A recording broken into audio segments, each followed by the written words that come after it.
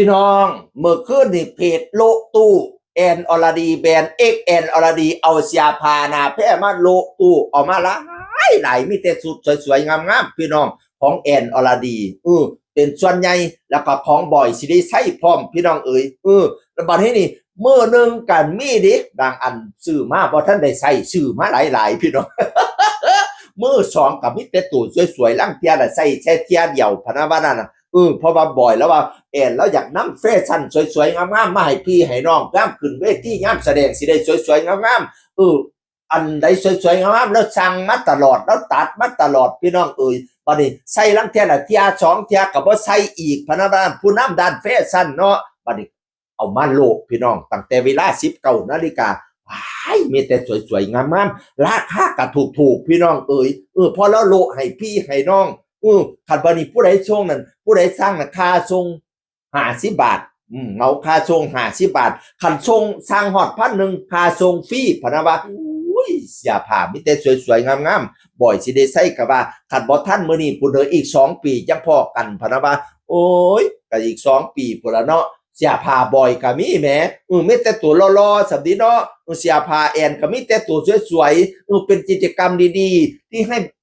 แอนกับบอยได้แบบพ่อกันอีกก็บางฉากข่อยคือจังเห็นน้องเพชรน้องพลอยมานี่ล่ะข่อยเรียนเบิ่งน่ะพี่น้องเอ้ยครอบครัวอบอุ่นเนาะความสุขสนุกสนานเขาเจ้าก็สิบ่ได้ต้องการกำไรอะไรทำไมมากมายดอกก็ให้ครอบครัวมาพ้อกันมีความสุขร่วมกันแล้วก็แบ่งปันไปหา FC ไปหาพี่หาน้อง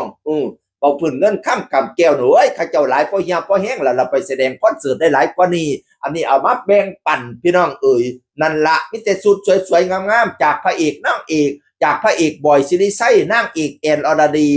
มีความสุขกันทวนทนาได้สดเสียพามือ2มือ1เมื่อบ้านนี่19 นาฬิกาบ่แม่น5 ชั่วโมงรอบแรก5 ชั่วโมงกว่ารอบหลังอีกป๊า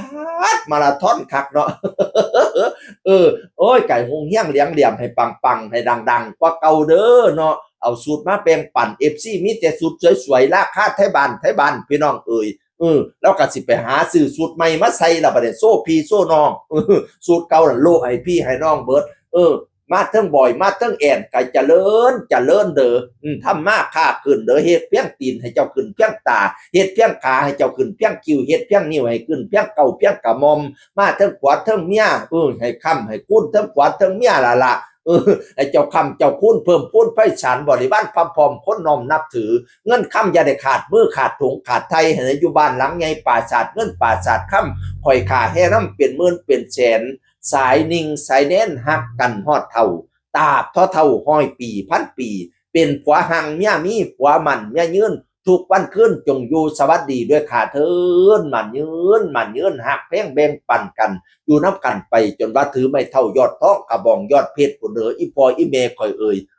ไอFCได้ซื้อส้มไปจนฮอดมือตุยปุ่นเด้อเอาลูกเอาเต้าให้มันเลี้ยงกับน้องเพชรน้องพลอยไว้ใน FC ถ่าอยู่ ว่าแต่หาเงินหาคำไหลเสียงคนเก่าเว้าสู่ฟังสวัสดีครับ